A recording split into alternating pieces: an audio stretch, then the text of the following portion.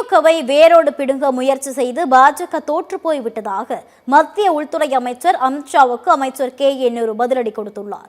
நெல்லையில் நடைபெற்ற பாஜக பூத் கமிட்டி கூட்டத்தில் பங்கேற்ற மத்திய உள்துறை அமைச்சர் அமித்ஷா தமிழகத்தில் திமுக அரசை வேரோடு பிடுங்கி எறிவோம் என்று பேசியிருந்தார். இந்த நிலையில் நெல்லையில் செய்தியாளர்களை சந்தித்த அமைச்சர் நேரு கடந்த 15 ஆண்டுகளாக வேரோடு பிடுங்கும் வேலையைத்தான் பாஜக பார்த்து கொண்டிருக்கிறது. ஆனால் அவர்களால் தமிழகத்தில் எதையும் செய்ய முடியவில்லை என்று தெரிவித்தார்.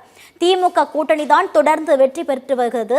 வருங்காலத்திலும் திமுக தான் மாபெரும் வெற்றி பெறும் என்று தெரிவித்தார். விவசாயத்துல வேரோட பிடிங்கி தான் நட்டா நெல் விளையும். அவர் நினைக்கிற மாதிரிலாம் ஒன்றும் இல்லை. திமுகவெல்லாம் அவர்லாம் நினச்சிலாம் தோக்கடிக்க முடியாது. 15 வருஷமா அந்த வேலையை தான் அவங்க பார்த்துக்கிட்டு இருக்கிறாங்க. அவங்களால ஒன்றும் முடியல. தொடர்ந்து தளபதி திமுக கூட்டணி தான் வெற்றி பெற்று வருகிறது. வருங்காலமும் அப்படி தான் இருக்கும். அவங்க ஆசை மேடையில் சொல்கிறாங்க.